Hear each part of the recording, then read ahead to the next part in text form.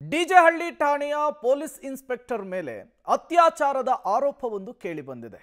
ಮಹಿಳೆಯೊಬ್ಬರಿಗೆ ಮದುವೆ ಆಗೋದಾಗಿ ವಂಚಿಸಿ ಅತ್ಯಾಚಾರವನ್ನ ಎಸಗಿದ್ದಾರೆ police inspector ಅಂತ ಹೇಳಿ ಪೊಲೀಸ್ ಕಂಪ್ಲೇಂಟ್ ಅನ್ನು ಕೊಟ್ಟಿದ್ದಾರೆ. ಈಗ ಮಹಿಳೆಗೆ ನಂಬಿಸಿ ವಂಚಿಸಿದ್ರ ಡಿಜೆಹಳ್ಳಿ ಇನ್ಸ್ಪೆಕ್ಟರ್ ವಿರುದ್ಧ ಅತ್ಯಾಚಾರದ ಆರೋಪ ಕೇಳಿಬಂದಿದೆ. ಮದುವೆ ಆಗೋದಾಗಿ ಹೇಳಿ ಅತ್ಯಾಚಾರ ಮಾಡಿದ್ದಾರೆ ಅಂತ ಹೇಳಿ ಮಹಿಳೆ ಆರೋಪ ಮಾಡ್ತಾ ಇದ್ದಾರೆ. ಡಿಜೆಹಳ್ಳಿ ಇನ್ಸ್ಪೆಕ್ಟರ್ ಸುನಿಲ್ ವಿರುದ್ಧ ಗಂಭೀರ ಆರೋಪ ಕೇಳಿ ಬಂದಿದೆ.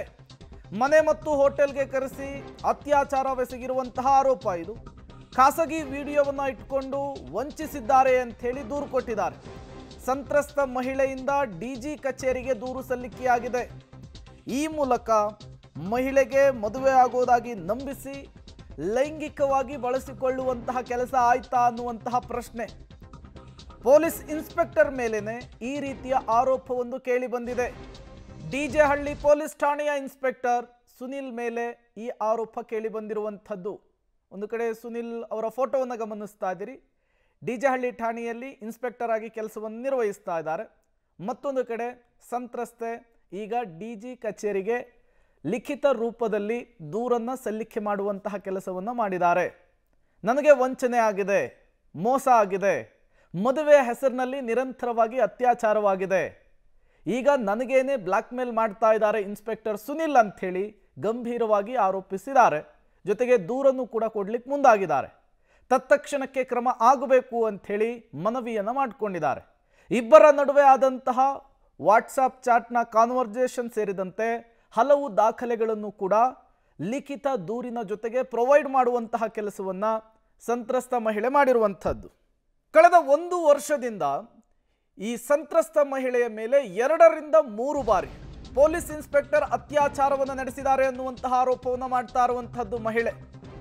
ಲೈಂಗಿಕ ದೌರ್ಜನ್ಯದ ಆರೋಪವನ್ನು ಮಾಡ್ತಾ ಇದ್ದಾರೆ. ಮನೆ ಬ್ಯೂಟಿ ಪಾರ್ಲರ್ ಮಾಡಿಕೊಡ್ತೀನಿ ಅಂತ ಹೇಳಿ ನಂಬಿಸಿ ವಂಚನೆಯನ್ನ ಮಾಡಿದ್ರ ಪೊಲೀಸ್ ಇನ್ಸ್ಪೆಕ್ಟರ್. ರಿಜಿಸ್ಟರ್ ಮ್ಯಾರೇಜ್ ಆಗ್ತೀನಿ ಅಂದಿದ್ರಂತೆ ಇನ್ಸ್ಪೆಕ್ಟರ್ ಸುನಿಲ್. ಯಾರಿಗಾದ್ರೂ ಈ ವಿಚಾರ ಹೇಳಿದ್ರೆ ಕೊಲೆ ಮಾಡ್ಬಿಡ್ತೀನಿ ನಿನ್ನ ಅಂಥೇಳಿ ಬೆದರಿಕೆ ಹಾಕಿದಂತಹ ಆರೋಪ ಕೂಡ ಕೇಳಿ ಬರ್ತಾ ಇದೆ. ನ್ಯಾಯ ಕೊಡಿಸಿ ಅಂಥೇಳಿ ಡಿಜಿ ಕಚೇರಿಗೆ ದೂರನ್ನು ಕೊಟ್ಟಿದ್ದಾರೆ ಸಂತ್ರಸ್ತೆ. ಇಬ್ಬರ ನಡುವಿನ ಕಾನ್ವರ್ಸೇಷನ್ಗೆ ಸಂಬಂಧಪಟ್ಟಂತೆ ಹಲವು ದಾಖಲೆಗಳನ್ನು ಕೂಡ ಈ ಸಂದರ್ಭದಲ್ಲಿ ಸಬ್ಮಿಟ್ ಮಾಡಿದ್ದಾರೆ ಅನ್ನೋದು ಗೊತ್ತಾಗ್ತಾ ಇದೆ. ಈಗ ಇನ್ಸ್ಪೆಕ್ಟರ್ ಸುನಿಲ್ ಅವರ ವರ್ಷನ್ ಏನಾಗಿರುತ್ತೆ, ಯಾವ ರೀತಿಯ ಆಕ್ಷನ್ ಆಗುತ್ತೆ ಕಾದು ನೋಡಬೇಕಿದೆ. ಕಳೆದ 1 ವರ್ಷದ ಹಿಂದೆ ಪರಿಚಯಾಗಿ 2-3 ಬಾರಿ ಲೈಂಗಿಕವಾಗಿ ಬಳಸ್ಕೊಂಡಿದ್ದಾರೆ ಅನ್ನುವಂತಹ ಆರೋಪ ಇದು. 1.5 ವರ್ಷ ಹಿಂದೆ ನಾನು ಕಂಪ್ಲೇಂಟ್ ಕೊಡೋದಕ್ಕೆ ಡಿಜೆಹಳ್ಳಿ ಸ್ಟೇಷನ್ಗೆ ಹೋಗಿದ್ದೆ. ಅಲ್ಲಿ ಇನ್ಸ್ಪೆಕ್ಟರ್ ಸುನಿಲ್ ಅನ್ನೋರು ನನಗೆ ಆಯಿತು ನಿಮಗೆ ಅಮೌಂಟ್ ಬರೋದಿದೆಯಲ್ಲ 1 ವಾರದಲ್ಲೇ ನಾನು ಏನಿರೋದು ಕ್ಲಿಯರ್ ಮಾಡಿಸ್ಕೊಡ್ತೀನಿ ಅಂತ ಕಂಪ್ಲೇಂಟ್ ತಗೊಂಡು ಅಲ್ಲಿ ಒಬ್ಬರು ಪ್ರಕಾಶ್ ಅನ್ನೋರಿಗೆ ವಿಷಯ ತಿಳಿಸ್ತಾರೆ. ಅವರು ಫಸ್ಟು ನನಗೂ ಇದಕ್ಕಿಂತ ಮೊದಲು ನನಗೂ ಅವ್ರಿಗೂ ಸ್ವಲ್ಪ ಆಗ್ತಿರ್ಲಿಲ್ಲ. ಪ್ರಕಾಶ್ಗೂ ನನಗೂ. ಪ್ರಕಾಶ್ ಯಾರು? ಅವರು ASC ಸಿಲ್ವರ್ ಸ್ಟಾರ್. ಓಕೆ. ಅವ್ರಿಗೂ ನನಗೂ ಆಗ್ತಾ ಇರಲಿಲ್ಲ. ಹಂಗಾಗಿ ನಾನು ಹೇಳಿದೆ, ಸರ್ ನಾನು ಇವ್ರ ಜೊತೆ ಹೋಗೋದಿಲ್ಲ, ಬೇರೆಯವ್ರ ಜೊತೆ ಯಾರಿಗಾದ್ರೂ ಅರೇಂಜ್ ಮಾಡಿ ಕಳಿಸಿ ಹೋಗ್ತೀನಿ ಅಂತ. ಸರಿ ಆಯಿತು, ನಾನು ಹೆಂಗಾದ್ರೂ ಮಾಡಿ ಒಟ್ಟಿನಲ್ಲಿ ನೀನು ಅಮೌಂಟ್ ಬರೋ ರೀತಿ ನಾನು ಮಾಡ್ತೀನಿ ಅಂತ ಹೇಳಿದ್ರು. ಸರಿ ಅಂತ ಹಂಗೆ ಪರಿಚಯ ಆಗ್ತಾ ಮೆಸೇಜು ಸ್ಟಾರ್ಟ್ ಆಯಿತು. ಗುಡ್ ಮಾರ್ನಿಂಗ್, ಗುಡ್ ಈವ್ನಿಂಗ್ ಅದೆಲ್ಲ ಮೆಸೇಜಸ್ ನಡೀತಾನೆ ಇತ್ತು. ಆಮೇಲೆ ಏನು ಮಾಡ್ಕೊಂಡಿರೋದು ಏನು ಅಂತ ಎಲ್ಲ ಕೇಳಿದ್ರು. ನಾನು ಹೇಳಿದೆ, ಸರ್ ನಾನು ಒಬ್ಬರಿಗೆ ಲವ್ ಮಾಡ್ತಾಯಿದ್ದೆ, ತುಂಬ. ಇದೇ ವಿಚಾರಕ್ಕೆ ಸಂಬಂಧಪಟ್ಟಂತೆ ಮತ್ತಷ್ಟು ಡೀಟೇಲ್ಸ್ ಅನ್ನು ಕೊಡ್ತಾರೆ ನಮ್ಮ ಪ್ರತಿನಿಧಿ ನರಸಿಂಹಮೂರ್ತಿ. ನೇರ ಸಂಪರ್ಕದಲ್ಲಿ ಜಾಯಿನ್ ಆಗಿದ್ದಾರೆ. ನರಸಿಂಹಮೂರ್ತಿ, ಈ ಸಂತ್ರಸ್ತ ಮಹಿಳೆ ಯಾರು, ಜೊತೆಗೆ ಎಷ್ಟು ವರ್ಷದಿಂದ ಪೊಲೀಸ್ ಇನ್ಸ್ಪೆಕ್ಟರ್ಗೆ ಪರಿಚಯ ಇರುತ್ತೆ, ಈಗ ಅವರು ಕೊಟ್ಟಿರುವಂತಹ ದೂರು ಕಂಪ್ಲೇಂಟ್ ಕಾಪಿಯಲ್ಲಿ ಏನಿದೆ ಅಂತ ಹೇಳಿ?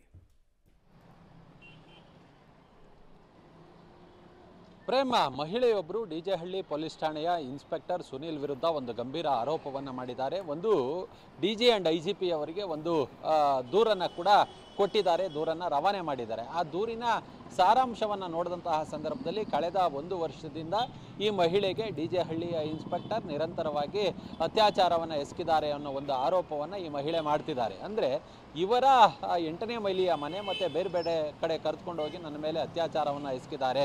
ಮೊದಲಿಗೆ ಒಂದಿಷ್ಟು ಆಮಿಷಗಳನ್ನು ಒಡ್ಡುವ ಕೆಲಸವನ್ನು ಮಾಡಲಾಯಿತು. ನಿನಗೆ ಬ್ಯೂಟಿ ಪಾರ್ಲರನ್ನು ಮಾಡಿಕೊಡ್ತೀನಿ, ಅದಾದ ಬಳಿಕ ಮನೆಗೆ ಕೊಡಿಸ್ತೀನಿ ಅನ್ನೋ ಮಟ್ಟಿಗೆ ನನಗೆ ನಂಬಿಸಿ ನನ್ನ ಮೇಲೆ ಬಲವಂತವಾಗಿ ಅತ್ಯಾಚಾರವನ್ನು ಮಾಡಿದ್ದಾರೆ. ಮಾಡಿದ್ದಾರೆ. ಅದ್ರ ಜೊತೆಗೆ ನಿನ್ನನ್ನು ಮದುವೆ ಆಗ್ತೀನಿ ಅನ್ನೋ ಮಟ್ಟಿಗೆ ರಿಜಿಸ್ಟರ್ ಮ್ಯಾರೇಜ್ ಮಾಡ್ಕೊಳ್ತೀನಿ ಅಂತೇಳಿ ನಂಬಿಸಿದ್ರು. ಹೀಗಾಗಿ ನಾನು ಸಹಕಾರವನ್ನು ಮಾಡಬೇಕಾಯಿತು ಅನ್ನೋ ಮಟ್ಟಿಗೆ ಆ ಮಹಿಳೆ ನೋವನ್ನು ತೋಡ್ಕೊಂಡಿರುವಂತಹದ್ದು. ಹೀಗಾಗಿ ಮಹಿಳೆ DG and IGP ಅವರಿಗೆ ದೂರನ್ನು ಕೊಟ್ಟಿದ್ದಾರೆ. ಸದ್ಯ ಈ ದೂರಿನ ಆಧಾರದ ಮೇಲೆ ಪೊಲೀಸ್ ಇಲಾಖೆ ಯಾವ ಕ್ರಮವನ್ನು ಕೈಗೊಳ್ಳುತ್ತೆ ಅಂತೇಳಿ ನೋಡಬೇಕು. ಇಲಾಖಾ ತನಿಖೆಗೆ ಆದೇಶವನ್ನು ಕೊಡುತ್ತಾ ಅಥವಾ FIR ದಾಖಲು ಮಾಡ್ತಾರಾ, ಆ ಬಳಿಕ ಸುನೀಲ್ ಮೇಲೆ ಯಾವ ರೀತಿಯ ಕ್ರಮವನ್ನು ಕೈಗೊಳ್ತಾರೆ ಅನ್ನೋದನ್ನು ಕಾದು ನೋಡಬೇಕು. ಸದ್ಯ ಈ ಮಹಿಳೆ ಕೊಟ್ಟಂತಹ ದೂರನ್ನು ಇನ್ನೂ ಕೂಡ DG and IGP ಅವರು ರೆಫರ್ ಮಾಡಿಲ್ಲ ಇದರ ತನಿಖೆಗಾಗಿ. ಅದನ್ನು ಬಹುತೇಕ DCP ಅವರಿಗೆ ಅಥವಾ ಕಮಿಷನರ್ಗೆ ಇದರ ತನಿಖೆಯನ್ನು ನಡೆಸೋದಕ್ಕೆ ಸೂಚನೆಯನ್ನು ವಹಿಸಬಹುದು. ಆದರೆ ಮಹಿಳೆ ಇವರಿಗೂ ಕೂಡ ಯಾವುದೇ ಪೊಲೀಸ್ ಠಾಣೆಗೆ ಹಾಜರಾಗಿ ಅತ್ಯಾಚಾರವಾದಂತಹ ಬಗ್ಗೆ ಎಲ್ಲೂ ಕೂಡ FIR ಅನ್ನು ದಾಖಲು ಮಾಡಿಲ್ಲ. FIR ಆದದ್ದೇ ಆದಲ್ಲಿ ಆ ಬಳಿಕ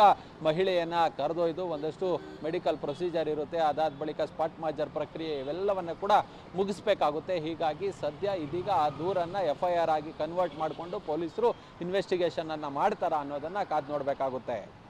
ಓಕೆ, ಥ್ಯಾಂಕ್ ಯು ನರಸಿಂಹಮೂರ್ತಿ ತಮ್ಮೆಲ್ಲ ಮಾಹಿತಿಗಾಗಿ.